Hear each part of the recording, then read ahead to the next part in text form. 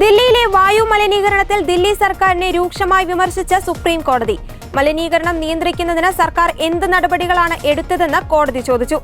Graded response action plan stage 3 നടപ്പിലാക്കുവാൻ വൈകിയതിനെ വിമർശിച്ച കോടതി ഇനിയൊരു ഉത്തരവ് ഉണ്ടാകുന്നതുവരെ നിലവിലെ നിയന്ത്രണങ്ങൾ പിൻവലിക്കരുതെന്ന് താക്കീത് നൽകി. മലിനീകരണ തോത് കൂടുന്നതിൽ കേന്ദ്ര സർക്കാരിനെ പഴിക്കുകയാണ് ദില്ലി സർക്കാർ. BJP ഭരിക്കുന്ന സംസ്ഥാനങ്ങളിൽ വൈക്കോൽ കത്തിക്കുന്നത് കൂടിയെന്നും മലിനീകരണത്തിൽ കേന്ദ്ര സർക്കാർ രാഷ്ട്രീയം കളിക്കുകയാണെന്നും ദില്ലി മുഖ്യമന്ത്രി ആതിഷി കുറ്റപ്പെടുത്തി. വായുമലിനീകരണത്തിൽ ശ്വാസം മുട്ടിയിരിക്കുകയാണ് ദില്ലി. അവസ്ഥ മോശമായതിനെ തുടർന്ന് ഇന്നു മുതൽ ആക്ഷൻ പ്ലാൻ സ്റ്റേജ് 4 ആണ് നടപ്പിലാക്കി തുടങ്ങിയത്. കാഴ്ചാപരിധി 200 മീറ്ററിൽ താഴെയായി കുറഞ്ഞു.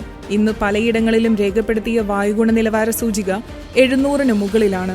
10-12 ക്ലാസുകൾ ഒഴികെയുള്ളവർക്ക് ക്ലാസുകൾ ഓൺലൈനാക്കി. 9-11 ക്ലാസുകൾ വരെയുള്ള വിദ്യാർത്ഥികൾക്ക് ഓഫ്ലൈൻ ക്ലാസുകൾ നൽകുന്നില്ലെന്ന് ഉറപ്പാക്കാൻ എല്ലാ സർക്കാർ സ്വകാര്യ സ്കൂളുകളുടെയും മേധാവികളോട് ആവശ്യപ്പെട്ടിട്ടുണ്ട്.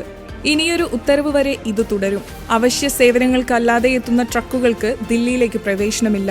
ഹൈവേകൾ, റോഡുകൾ, മേൽപ്പാലങ്ങൾ, വൈദ്യുതി ലൈനുകൾ, പൈപ്പ് ലൈനുകൾ, മറ്റു പൊതുപദ്ധതികൾ എന്നിവയുൾപ്പെടെ എല്ലാ നിർമ്മാണ പ്രവർത്തനങ്ങളും താൽക്കാലികമായി നിർത്തിവെച്ചു.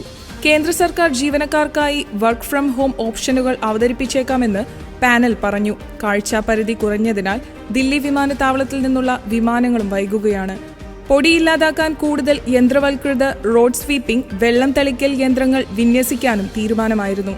ഡീസൽ ജനറേറ്റർ സെറ്റുകൾ അടിയന്തര ഉപയോഗത്തിന് മാത്രമായി പരിമിതപ്പെടുത്തും.